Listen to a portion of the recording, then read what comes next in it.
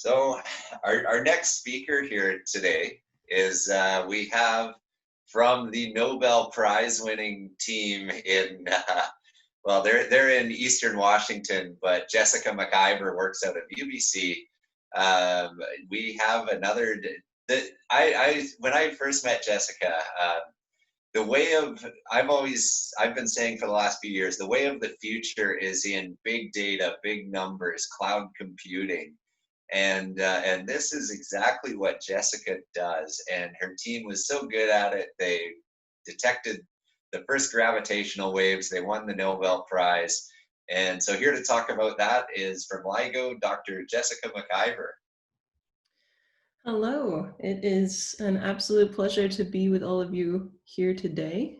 Let me see if I can share my screen. All right, how does that look? That looks great. Excellent. So I wanted to get started by saying that as we're celebrating Juneteenth this weekend, so something that's near and dear to my heart and the collaboration collectively, our consciousness, is that we have a fair few Black physicists and astronomers that are part of the collaboration that have been really essential and tremendous in producing these fantastic results that I'm about to share with you. So they've been pretty deeply affected, as have we all, by the recent violence against Black lives. So I wanted to recognize the essential role that they've played in bringing these to you. So today we're going to start out with a bit of review. So it's likely that some of you have seen a presentation about gravitational waves either from myself or from others before. So we're going to review the basics and to get everybody back up to speed, refresh our memories. But today you're going to hear about something a bit different than you would have heard me talk about before. So we're going to talk a lot more about the challenges and realities of making this measurement. We're going to bring it literally down to earth and what we deal with at the LIGO detectors. So we're going to have some fun with some real examples. But first, to get us started, so here I'm showing essentially what generates a gravitational wave. So gravitational waves are completely unique in astronomy in the sense that they basically don't interact with matter. The interaction is very, very weak, which means they can propagate through planets, they can pass through galaxies more or less unaffected. So we in gravitational wave astronomy don't care too much about whether it's night or day. The Starlink satellites won't bother us very much. So actually, I myself, as a gravitational wave astronomer, don't know my constellations, not even a little bit. My grandmother does, though. Keep that in mind, Scott. So gravitational waves are teaching us about the dark dynamic universe. So instead of light, now we have the medium of space-time itself. So gravitational waves are ripples in the fabric of space-time, so they're propagating away at the speed of light. So just like if you threw a rock into a pond, you would get this ripple radiating throughout space-time at the speed of light. So this equation that you're seeing here on the left side of the screen, so this is telling you about the amplitude of the wave. So it's proportional to two constants. So big G is a very, very small number. That's a gravitational constant. And then C is the speed of light to the fourth power. So it's a very, very large number. So this right here is giving us some intuition that this is an incredibly weak effect, which on the one hand is going to make them really difficult to detect, as we'll see a little bit later. But on the other hand, it means that they're going to be able to propagate essentially completely unimpeded. And we're going to get this crystal clear signature of the other side of the universe, essentially. So another great benefit is that we can receive the amplitude of a gravitational wave, and it will attenuate over distance. The strength of the wave is going to get smaller as it travels through space, but it's only going to get smaller with the distance itself. Unlike if you're counting photons, so photon flux, which is how most telescopes collect their data, where you'll see the strength of that signal decay is 1 over the distance squared, so really much, much faster. So gravitational waves, we can see really, really far out into the universe. We can see this, essentially this picture of the dark universe and what it's doing dynamically. And we never have to worry about dust or which side of the Earth we're on, or most other problems that light-based astronomy needs to worry about. So the last thing I want to mention, you see this sort of complicated looking derivative here. So the amplitude of the gravitational wave is going to follow essentially what the acceleration of the system is. So some asymmetric acceleration, so essentially even me doing this with my hands is generating these gravitational waves. So this is the effect of a gravitational wave. So here what you see is a gravitational wave that's propagating in or out of the screen here, and it's stretching and squeezing space-time in an orthogonal way. And what I mean by orthogonal is that as one dimension stretches, the other one squeezes, and vice versa. So if I measured the strain here, where strain is this change in length, this relative change in length, and I plotted that, then this is what you're seeing below in this time series. So over time, this is the stretching and squeezing of space that's caused by a gravitational wave coming into your screen or out of your screen. So this is what it looks like with space-time. So what we're going to see here, so these are two black holes that are orbiting each other. The colors that you see here, so this is the strength of the curvature of space-time. So essentially, it's how much these massive objects are curving space-time. And then right along the bottom is this time series. So this is going to be plotting out the gravitational wave amplitude. All right, so let's take a look. So we have these two black holes. They're orbiting each other, and they are radiating away energy in the form of gravitational waves. And what that's going to do is it's going to cause them to orbit closer and closer together.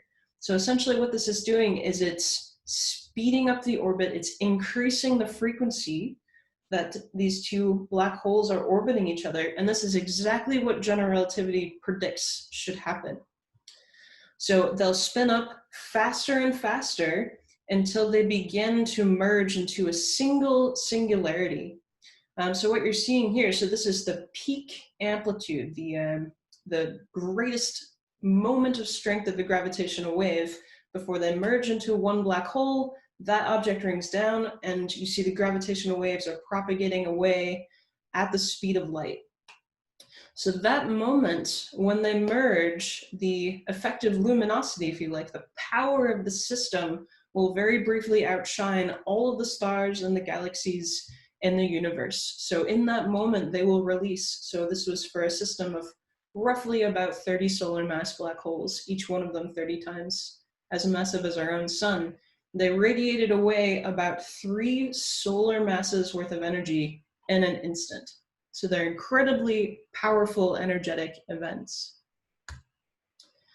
So how do we detect these? So we know that we're going to see, so for a gravitational wave passing through the Earth, we know that we'll see the stretching and squeezing, a very, very weak stretching and squeezing of space-time.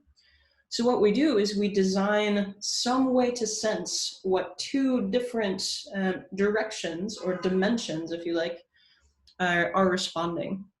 So we can do this with laser light. So following the path of our laser light here, we first split it so you have the same laser light traveling in 2 directions. So it reflects off of a mirror. So ours are 4 kilometers away.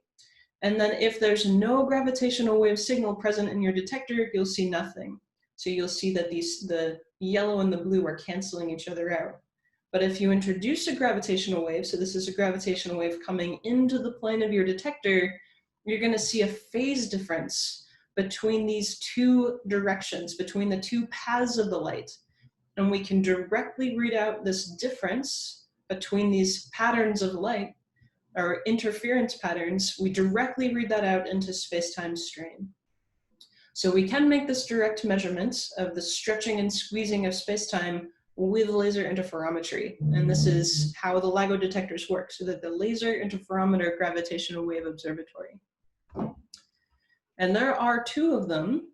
So one, as Scott mentioned, is really quite close to here. So this is almost directly south of Chime. So it's in Hanford in Washington State, out in the desert. and the other LIGO detector is in the swamp in Louisiana. So each of these have their environmental challenges. So I mentioned that we gravitational wave astronomers don't care too much about whether it's day or night, but we have a lot of other challenges in terms of being able to take data at all. So earthquakes can mean that we can't get the light to resonate in our detectors, or even really strong ocean waves that are beating up against the shore can prevent us from being able to maintain that light resonance that we need. So let's put this all together and see the complete picture. So here we have the coalescence of a binary black hole system, the radiation of gravitational waves at the speed of light. So for the very first detection, as Scott mentioned, the Nobel Prize winning detection of gravitational waves, this was 1.4 billion light years away. And now we see here they have arrived at Earth, and now we're going to see the effect, the stretching and squeezing of space-time that is vastly exaggerated. It's a little subtle to read that here, but this is obviously not to scale, the jello Earth. And then finally, we'll see that gravitational wave pass through our detector itself. So this is the real waveform of the first ever detected gravitational wave that's shown here in our toy interferometer. So this is the real signal that you'll see on the t-shirts, the first measurements of gravitational wave signal. So we have made some really tremendous discoveries since then. So what you're about to see here, so this is the discovery, a simulation of the discovery of, instead of two black holes colliding, now here we have two neutron stars. So let's take a look. Similarly to black holes, we see them inspiraling closer and closer together, and now they're gonna rip each other apart with tidal forces. And then just after they merge, the accretion of that matter is gonna shoot this relativistic jet that we see as a gamma ray burst, a burst of gamma rays. And then over the course of hours and days, you're gonna see this kilonova. And this is telling us a story about the role of neutron stars and neutron star collisions in the distribution of heavy elements in the universe. So this is the real data taken by the SWOPE team when they made the first discovery of the optical counterpart to the signal. So in terms of the order of observations, the gamma ray was actually registered first by the Fermi and Integral satellites. The gravitational wave signal arrived at Earth first, as we expect, by about 1.5 seconds. And it was maybe 20 seconds later that we, the gravitational wave team, knew that the signal was present. And that was about 9 hours after that, that the kilonova counterpart was first detected. So what you're seeing here, so the image on the left, so this is a brighter blue kilonova, and then the image on the right from 4 days later, you can see it's decaying and it's growing more red. And this is a signature of the radioactivity of the heavy elements in that kilonova. So this was a huge confirmation of the very significant role that binary neutron star mergers play in generating and distributing heavy elements in the universe. So it's quite likely that some heavy elements here on Earth were actually produced by a neutron star collision.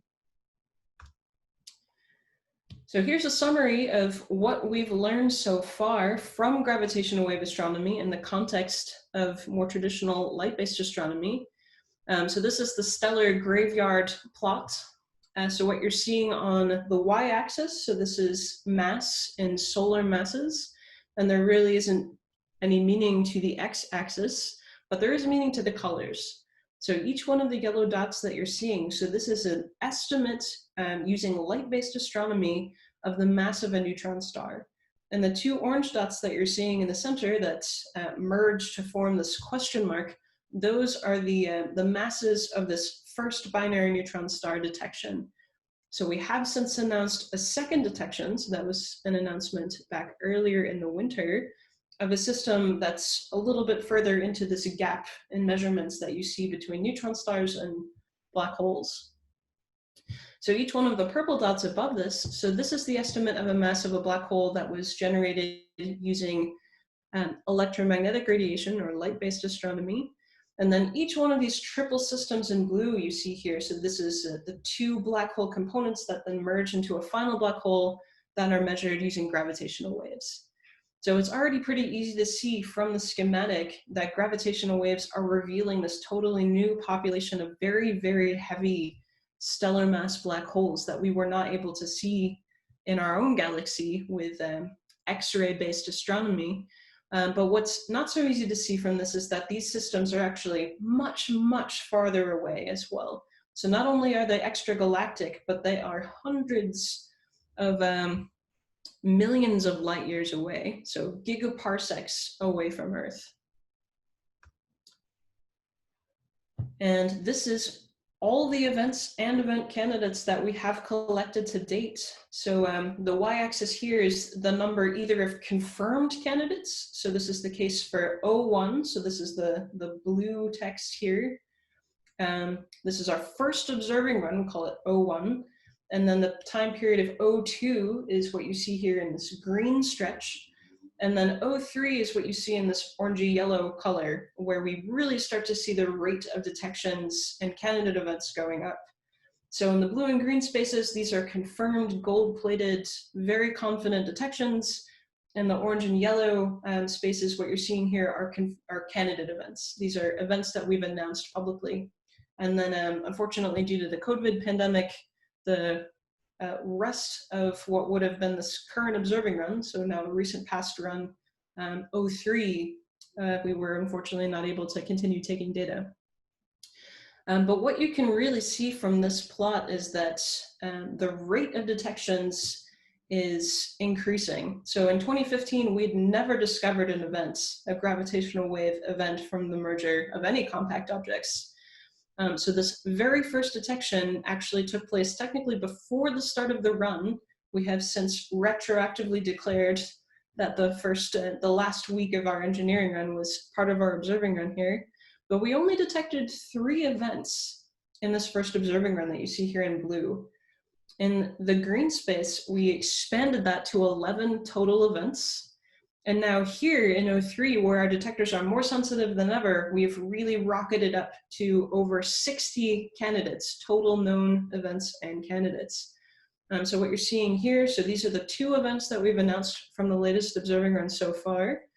So one of them was the second ever binary neutron star detection, so that's 190425, which is the date that it arrived on Earth. And then you also see 190412. So this was an event which had a really high mass ratio, where one of the black holes was much heavier than the other. And this allowed us to see these harmonics in the signal.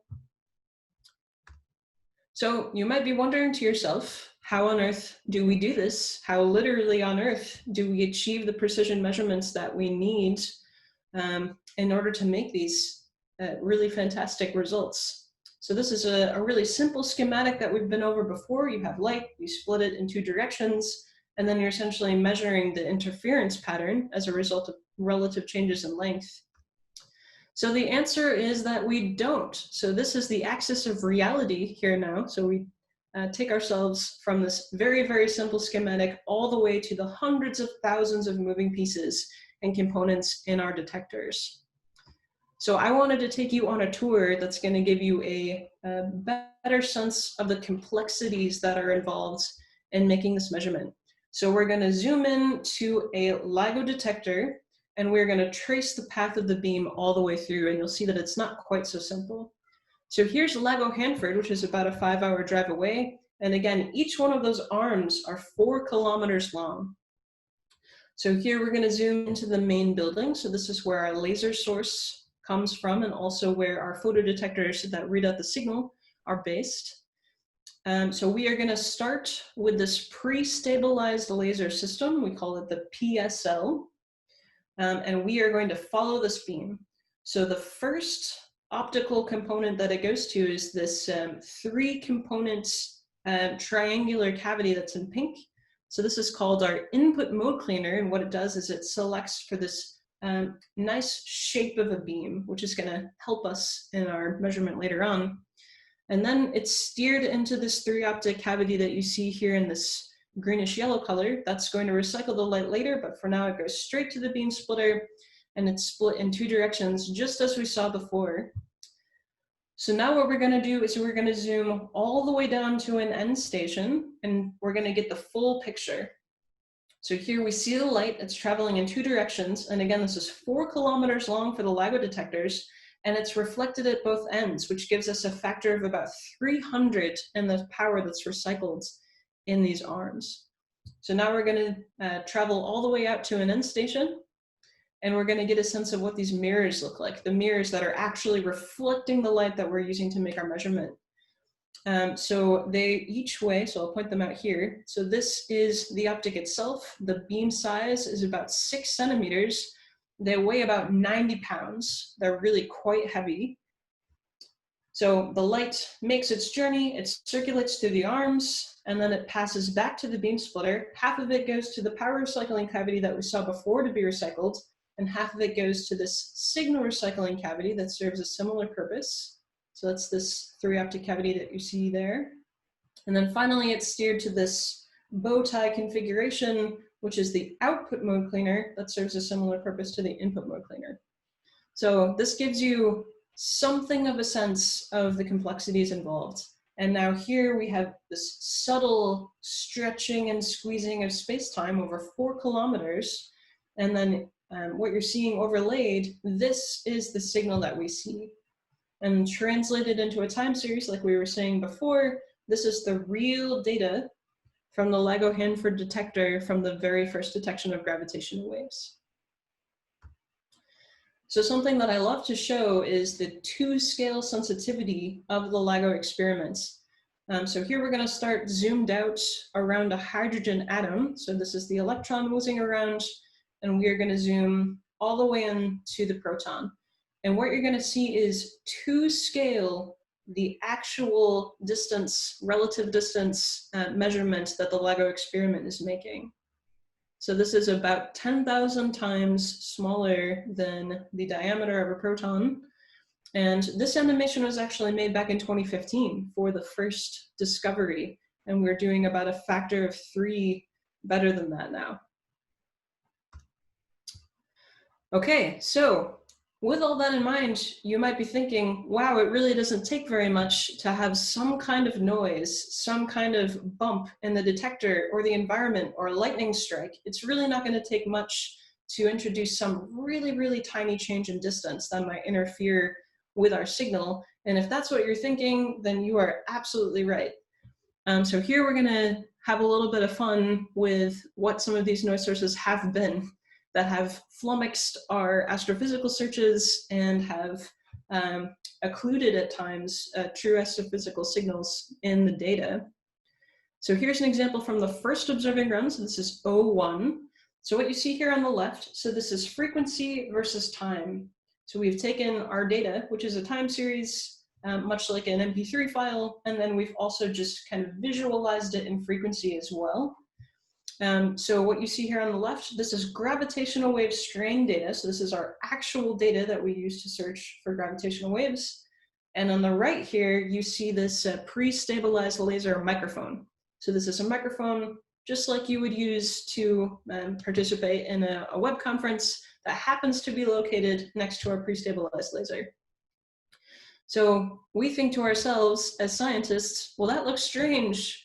We see some features, we see some repetition. It seems to be really well confined to particular frequencies, almost kind of like a bell. And we're sitting here wondering what on earth this could possibly be. And something we can do is we can actually tap into that microphone and we can play it. So I'm gonna play that for you now. Try and take a guess at what you think this might be. And keep in mind that once I push play, the sound that you hear is not at home. It's actually from your computer. So here we go.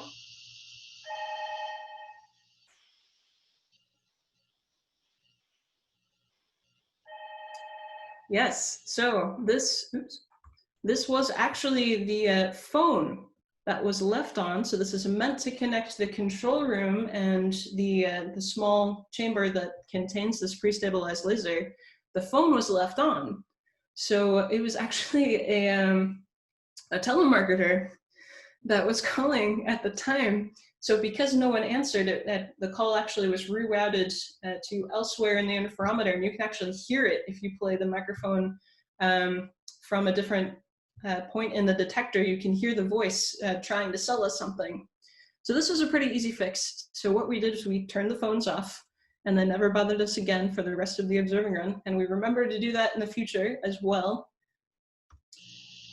And then here is another example. So this comes from the second observing run. So now here again, the x-axis here is time. So this is a longer time. This is about 1.5 minutes or so. And then the y-axis for each of these plots is, again, frequency, where you can decompose this in frequency as well. So the top plot is showing gravitational wave strain data. So this is our actual astrophysical data. And then the bottom plot is another microphone. So this time it's all the way down 4 kilometers away at the end of the Y arm. So here again, we're thinking, oh my gosh, there's this really broadband noise that looks percussive. It looks like it comes in bursts and storms where we'll see a whole bunch of these in a row and then nothing for hours. And we couldn't figure out what it was for a long time. And one of the best clues that we had was actually the data in the microphone. So I'm going to play that for you now.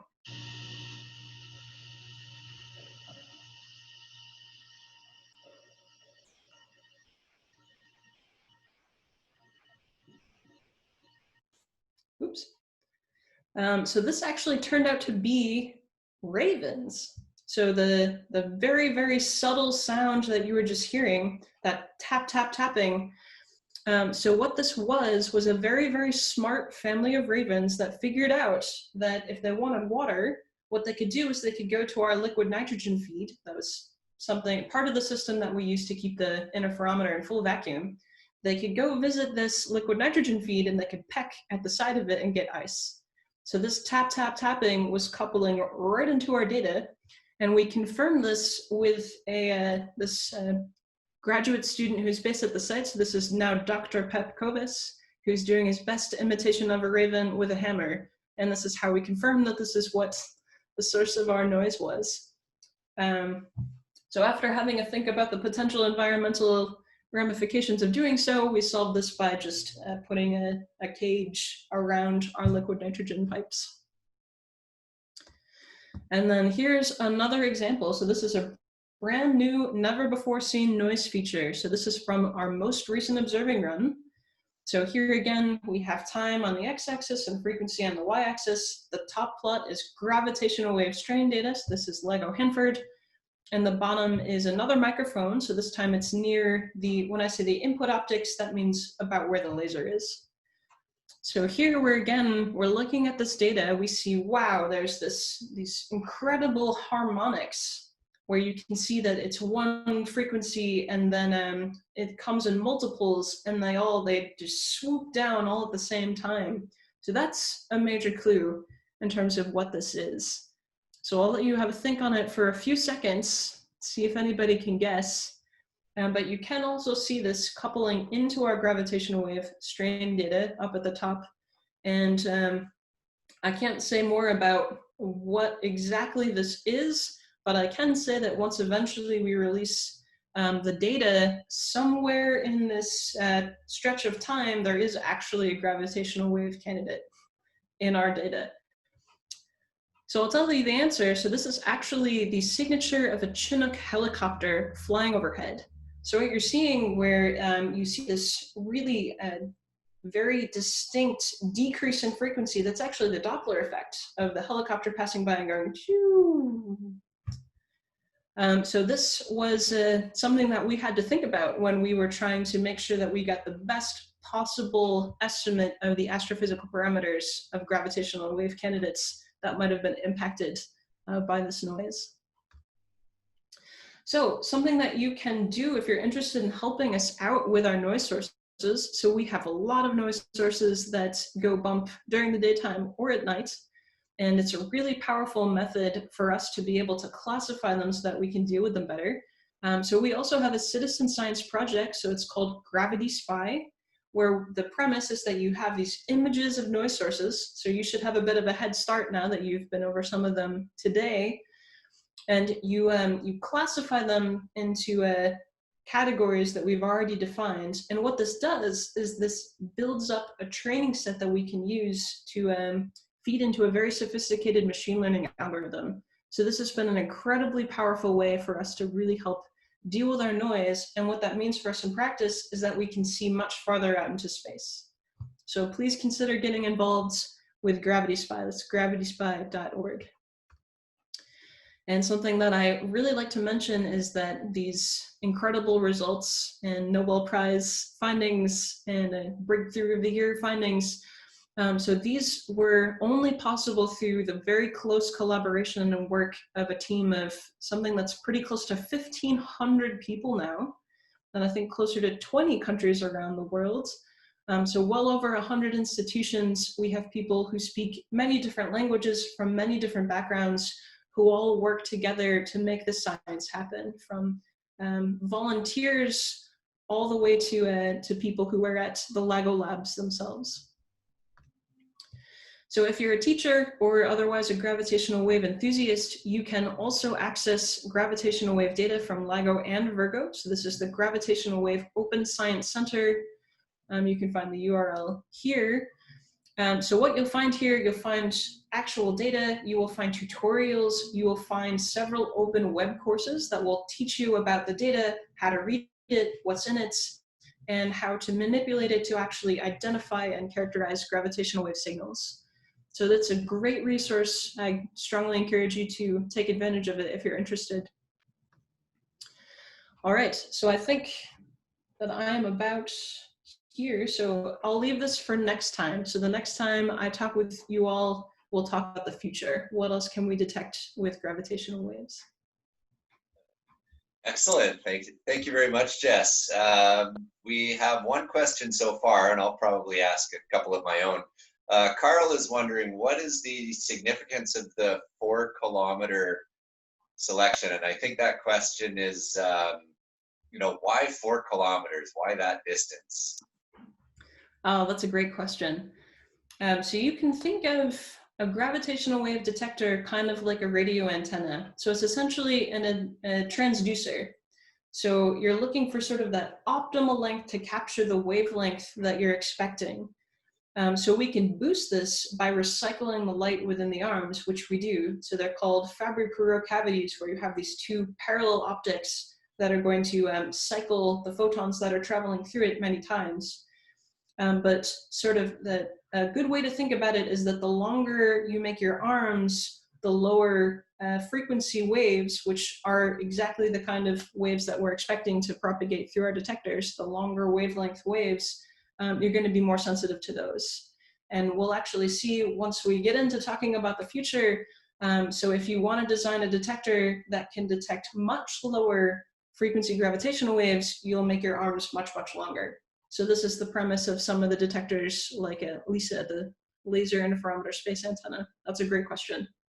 Yeah, and there's actually a similar question from Laurie, is wondering why the arms are at exactly 90 degrees. That is an excellent question. So we saw, let's maybe go back to this image here. So this comes from our understanding of general relativity.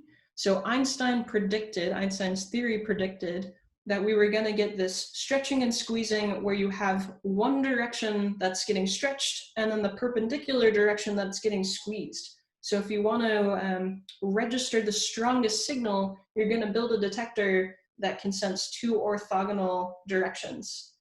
So you might get unlucky if the wave comes in, for example, the gravitational wave's coming in at 45 degrees relative to your detector, and you get no relative stretching and squeezing, but it's going to maximize your sensitivity to something coming in overhead. You're going to get that optimal strength of your signal. That's why we made that choice. Not all detectors are designed like this, though. So LISA, for example, is actually triangular. So you lose a little bit of the maximum sensitivity this way, but now you can sense waves coming in from every direction. Okay, cool. We have a question from Matthew Simone. I think he hosted last weekend, or he might be hosting tomorrow, I'm not sure. He asks, why are gravity waves limited to the speed of light? My understanding was that space could expand faster than light. Wouldn't that allow gravity waves to travel faster? That's an excellent question. So just like light, so there's this fundamental speed limit to what propagates through the medium of space-time.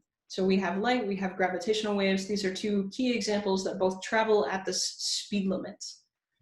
So you make a good point that space-time itself, so the universe itself, might be expanding faster than that. But that's sort of like saying, you know, I have water waves that are traveling in a bucket. So if I excite a water wave, if I drop a rock into my bucket, those waves are going to travel at a certain speed through that water. I could then pick up my bucket and travel faster than the wave is traveling, but the speed limit applies to something that's traveling through space-time itself. Yeah, great question. Yeah, awesome. The next one here is says you mentioned the effect of ocean waves crashing. There it is. Okay, ocean waves crashing on the shore. How do you filter out that noise? And I guess that would go for filtering everything, like you were saying, lightning storms or footprints, people walking past. Yeah, how do you filter that? Oh, absolutely. Fantastic question. So it looks like I might not have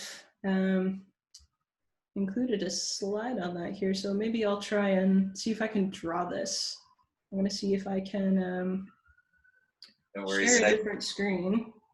Yeah, and I think I'll also announce for everybody, if you have any questions for any of our presenters today, go ahead and throw them in the question and answer session, and we'll do our best to get to all of them. All right, can you see a big blank screen? I do, I see a big white screen. Perfect. Okay, so when we think about seismic noise in particular, so you saw really briefly, so we have these mirrors. So let me try and make this as three-dimensional as I can. So this is a mirror, and we actually hang them from what we call suspensions. So this comes a little bit from the mechanics physics perspective. But what you'll see is that if I introduce multiple stages of my pendulum, I'll be able to attenuate, I'll be able to filter out that noise really well. So the difficulty comes where I have what's holding the suspension, so this, let's say this chamber that's mechanically grounded to the floor somehow. If I now have the floor of one end of my detector moving very slowly relative to the floor or the ground of the other end of my detector, and I now have to account for this, I'm constantly pushing on the mirrors, trying to keep that light in resonance and trying to keep those mirrors exactly as far apart as they currently are and not turning relative to each other and not essentially as static as I possibly can. So what the wave crashing does is it makes it really, really difficult for me to control my interferometer to keep that light very stable and resonant. So it can have some nonlinear effects. So we've got very good methods to filter out the effect of the noise itself on our data. So that's what the suspension does. But when I want to have a good duty cycle, when I want to be observing for most of the time, that's where it tends to hit us the most, is when we're just trying to keep the light resonant and take data.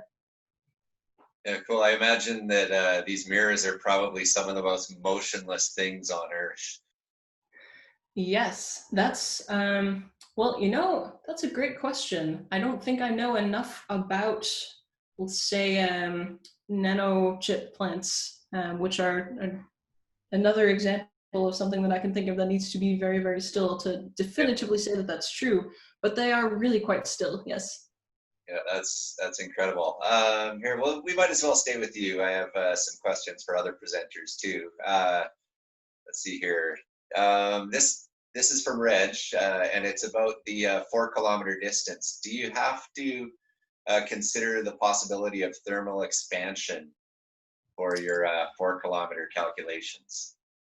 Oh my gosh, that is a fantastic question. So because we're using a control scheme and we're constantly pushing on the mirrors to make sure that they're stable and the same distance apart. So thermal expansion happens slowly enough that it's something we can feasibly do. But what tends to get us is the curvature of the optic is changing. So if you're familiar, as many of you very much I expect are, being astronomers. So if I'm changing the curvature of my mirror, the curvature of my lens, I'm changing essentially the focal length. And I am not interested in doing that and for the purposes of gravitational waves. So what you'll see is when the interferometer starts to heat up, so the mirrors are highly reflective, so you're really only absorbing maybe 1 in tens of millions of photons, but it's enough. It's enough to heat up the center of the mirror a little bit, and that introduces this change in curvature. So what we do is we actually heat up a ring around it that kind of looks like a donut. So we introduce more heat into the system to correct for that in real time so that we're keeping our curvature the same. Great question. Cool. Yeah, I have another one for you from Randall. He's wondering, how are you able to detect where in space the signal originated? Another fantastic question.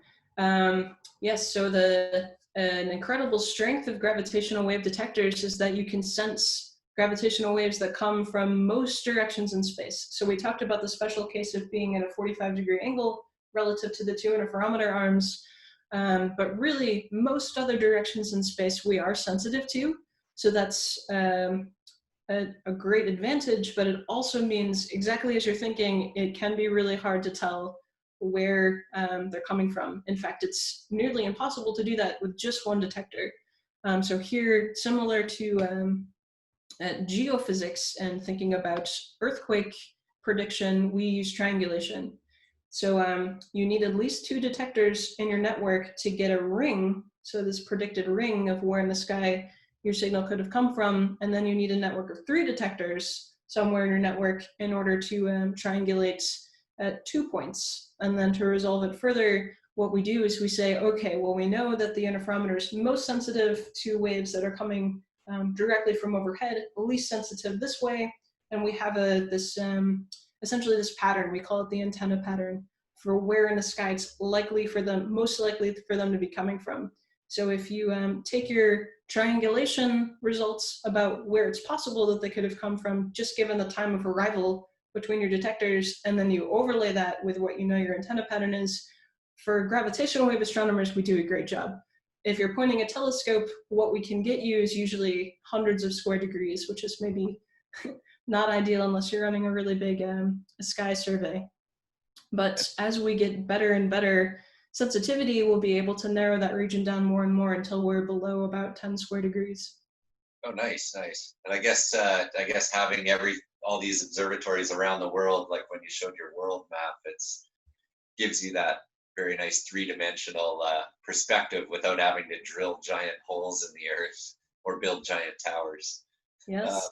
Yes, the next question is for Michelle. And Michelle, Dr. Matthews just corrected me about half an hour ago that you are now Dr. Kunamoto. So congratulations from everyone, Michelle, on earning Thank you this week. Yeah, the next question's for you. It's from Ken Jackson. And it's Ken. I believe Ken is a programmer himself. He's our webmaster with RASC Vancouver, and he's asking about the computing power needed to search for exoplanets yourself. Do you need any kind of a special, powerful computer to do this, or can you do this on any home, like say an old laptop? So I used my personal laptop for my undergraduate work to search 1 star for 1 planet. With the code that I used, it took about 15 minutes to do that. So because of my undergraduate work, I was looking at 400 stars. That was entirely done on just an old laptop of mine. For my PhD, that was now not 400, but 200,000 stars. I think I calculated that if I was going at the same rate as for my undergrad work, it would have taken me 11 years to search through everything. So I did need access to a computer cluster that would let me look at 200,000 stars for all those planets. That being said, Kepler is an enormous amount of data. 4 years every 30 minutes. That's tens of thousands of data points in each light curve. There are other more recent missions that have less data, so they'll be a lot faster to search for. But yeah, so basically undergrad, I could use my old laptop, but if you're looking at thousands and thousands of stars, you are going to need something that can handle that a lot faster. So I guess I have a bit of a follow-up question for that. Like you mentioned, Jason Rowe at NASA provided a lot of the source code, and you aren't a programmer yourself. Are there very many traditional programmers who are doing this, or is it more people like you who are more interested in the stars, but you're not necessarily a computer science background type person? Yeah, that's a really good question. I think I'm not sure of many astronomers who have a computer science background. Just because we're working in this field, we are going to need to learn about that and have some experience with it. But I know when I've talked to some software engineers, and it was kind of really interesting how from the astronomy side, we understand the science, but we don't understand really the nitty-gritty details of what the software engineers do, whereas the software engineers understand those details, but not the science. So I think I've experienced a little bit of a loss of translation, just because I haven't had the background that's necessarily needed, and I've had to teach myself a lot for that. So I would definitely like to see, I would really like to see more computer programming courses, for instance, for like an undergraduate astronomy degree. And I did have a few when I was at UBC, and they really, really helped me. Yeah, no, that makes perfect sense. I'm actually a software developer by trade, and yeah, when you mentioned that processing this large amount of data would take 11 years to do, it sounds like the ideal candidate for for some coders to come in and take your algorithm and try to optimize this, and there are different ways of doing that. Like one way is you just add more horsepower, but I bet you if an experienced software engineer took a look at what was going on, they might see that you might have this 12 core Intel chip on your computer and you're only using one core. So how can we optimize this? And those are things that I don't know if it's for an astronomer to do that kind of work. It's some pretty high level computer science stuff, but it sounds like teaming up with, like, having a team of people who can cover all the bases would be a really good way to go. I'm going to follow up with you on that, because I'm actually quite interested in that problem, and that happens to be what I do in my day job, is make code run faster. Another question for you is, this is again from Randall. So did the code that you use include filtering algorithms such as the Kalman filter or pattern recognition methods? So the algorithm I used, I don't think it used either of those. It was known as the Boxley squares algorithm, or BLS algorithm. So essentially, it would take the light curve and search for anywhere where a transit kind of looks like a simple box shape.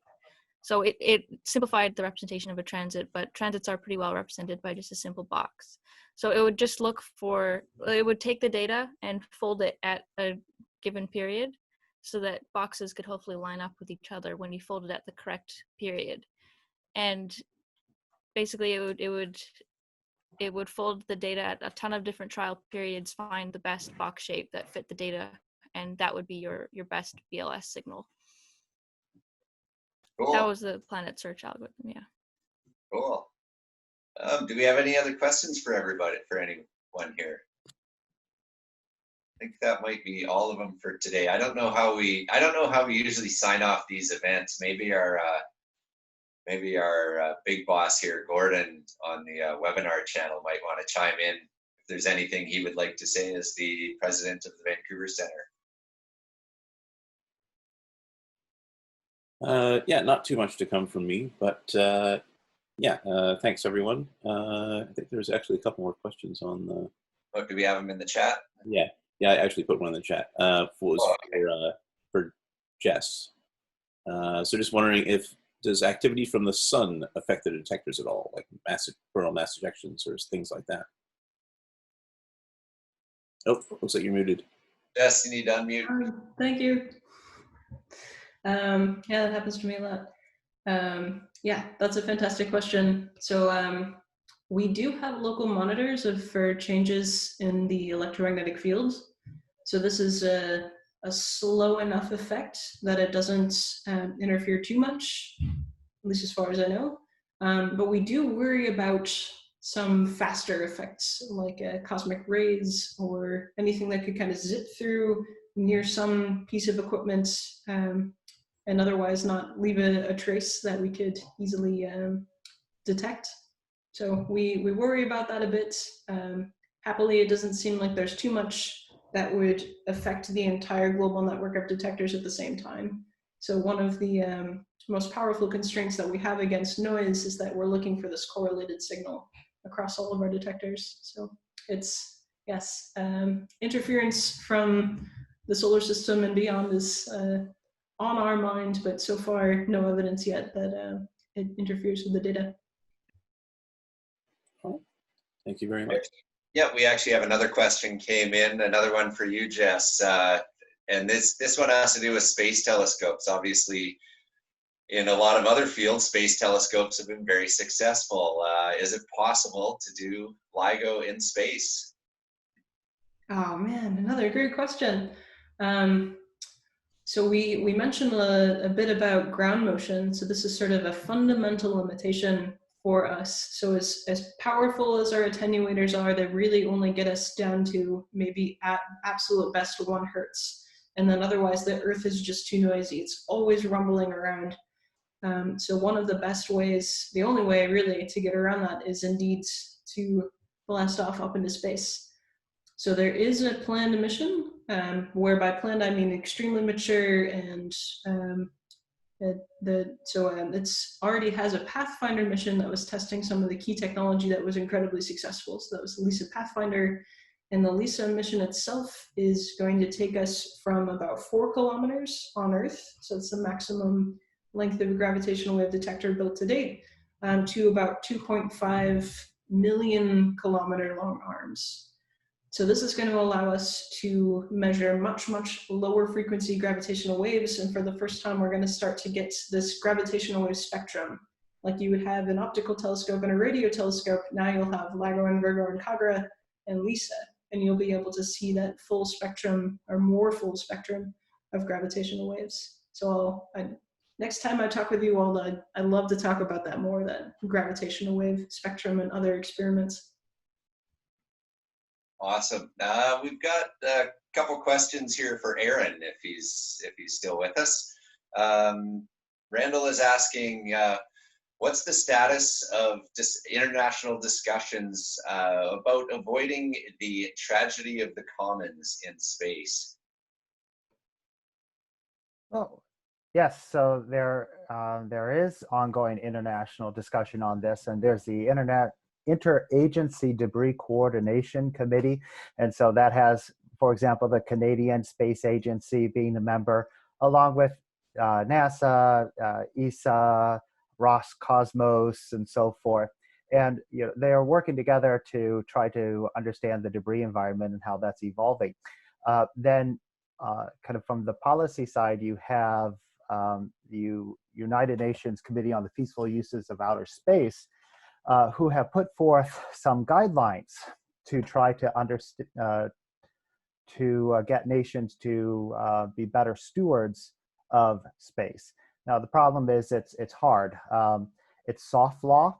There's not a treaty. There are 5 treaties that put together current international space law, and getting a new treaty together that would actually have some implications for the orbital environment is pretty much a non-starter in today's environment, unfortunately. And so everything has been this soft law approach where the UN provides guidelines and then nations are able to do what they want in meeting those guidelines if they so choose. And so an example of this is the 25-year rule. So what that rule is that if you are in low Earth orbit, so if you are in orbit below 2,000 kilometers, then after the end of your spacecraft's mission, it needs to deorbit in 25 years. Now there's it's a guideline, so there's not very strict compliance with that. in launching states, typically the way this has worked is you have to have a end of life plan for your spacecraft. But that's what you need to get the launch license. Then once you're up there, there's no follow up with it. So there is a problem, and there is a push to try to move beyond these soft guidelines to something with a bit more teeth. But that's a little bit hard. If I can take that one question and expand on it a little bit with one thing that I would like to show you very quickly, is something that maybe, something that a lot of you would be able to do to help out with this current situation. And one of those is that at the moment, a lot of the operators are currently using space in a way that can't be monitored, at least easily. And so, what do we see? If we're doing this, let's go ahead and put it up here. And so things will go wrong with a particular spacecraft, and they might report that. They might report that as like an antenna glitch, for example. That's a very common thing. So-and-so spacecraft just had an antenna anomaly. Well, now with the ability of so many telescopes to have satellite tracking, the reason why that wasn't so easy is because you have to have very fast slew rates for your tracking. People are able to just watch satellites over protracted periods of time, and that's what some people are doing. In fact, there are companies, and their whole what they do is they just track satellites. And here's an example, ExoAnalytic, where they're tracking this one particular satellite. You can see it there. And this satellite was having some degree of trouble. They found out about it, so they started watching it. And what you're going to see here is a fragmentation event. Boom. So this is just from a fairly modest-sized telescope. I don't actually remember what the aperture size is, but it's below a 0.5 meter. That they just were using to track this particular satellite. They caught this fragmentation event, and the company reported that as an antenna anomaly. Now, that's not an antenna anomaly. And so one of the things that, one of the possible paths forward is to build a better insurance regime for outer space, because then that helps provide liability to these operators and so forth. And that's one of the major things that's missing. But if for many of those who are listening, for your telescopes, you can devote some of your time to actually looking at satellites. And when there are these anomalies and things like that, those can be reported to a couple different places, although there's not at the moment a large central base for that. But such a resource is being developed for citizen science with telescopes. Yeah, awesome. I remember when McDonald Detweiler visited RASC Vancouver to talk about the Sapphire Space Telescope. They said the only law that they had to worry about was actually the CRTC telling them which wavelengths they were allowed to communicate on, so they didn't interfere with radio and television signals. And yeah, right now the main legal regime for controlling satellites is the communications, and that is actually very well protected, fortunately. But most other places are not. And the only exception to that is geosynchronous orbit, because it's so precious that the International Telecommunications Union is actually able to control who gets access to slots. But other than that, it's pretty much, if you can get up there, you can do what you want. Yeah, I also have I have a request for you. If you want to take about 1 minute, I met you at a Green College event out at UBC. Yes. And I thought they were really awesome for learning a lot more about stuff like this. We do RASC Vancouver does our monthly lectures, and I thought maybe I'd give you a minute to plug your program that you have at UBC.